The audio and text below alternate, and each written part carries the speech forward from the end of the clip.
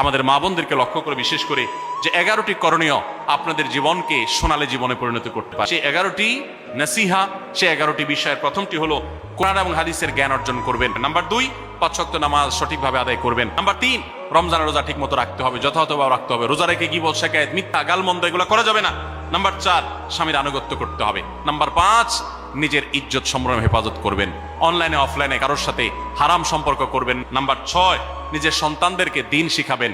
Number 7, আল্লাহ শুকরিয়া আদায় করবেন, বান্দারও শুকরিয়া আদায় করবেন। আল্লাহ যা দিয়েছেন, যতটুকু আছে স্বামীর সংসারে আলহামদুলিল্লাহ বলতে শিখবেন। নাম্বার 8, কোন প্রকার অভিশাপ গালমন্দ করবেন না, সেটা ছেলে মেয়েকে হোক, সংসারকে হোক, স্বামীকে হোক, কোনো কিছু না, ধৈর্য ধারণ করতে হবে। আর নাম্বার 9, আত্মীয়তার সম্পর্ক রক্ষা করতে হবে, ছিন্ন করা যাবে না।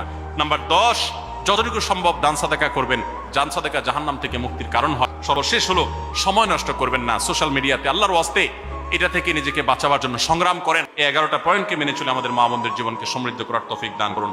আমাদের সবাইকে আল্লাহ তাআলা আমল করার তৌফিক দান করুন।